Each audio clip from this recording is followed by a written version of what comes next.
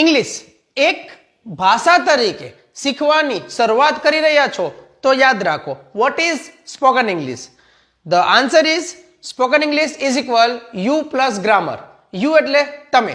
તમે તમારી થિંકિંગને, તમે તમારી પ્રેક્ટિસને જો ગ્રામર સાથે જોડો છો, તમે તમારી લાઈફને વર્ક, એક્સપિરિયન્સ, સેડનેસ, હેપીનેસ આ બધાને જ્યારે વ્યવસ્થિત રીતે ગ્રામર સાથે જોડી દો છો ત્યારે તમારું સ્પોકન ઇંગ્લિશ તૈયાર થાય છે. શરૂઆત કેવી રીતે કરવી? How to start?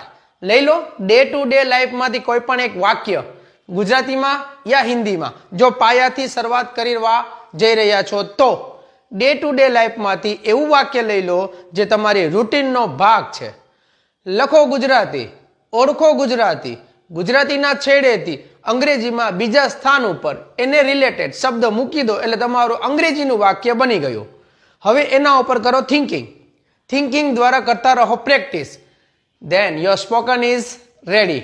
હવે ડે ટુ ડે લાઈફમાંથી કયું વાક્ય લેવું એ તમારા ઉપર છોડું છું. હું તમને રિક્વેસ્ટ કરું છું, કોમેન્ટ સેક્શનની અંદર વાક્ય લખો ગુજરાતીનું જે તમારા થિંકિંગમાં છે. તમને એમ લાગે છે કે આ વાક્યનું મારે અંગ્રેજી બનાવતા શીખવું છે, લઈશું એનો ડેમો હું આપને આપીશ. કેવી રીતે લેવી, વાપરવી ટ્રીક જેથી નીકળે બીક.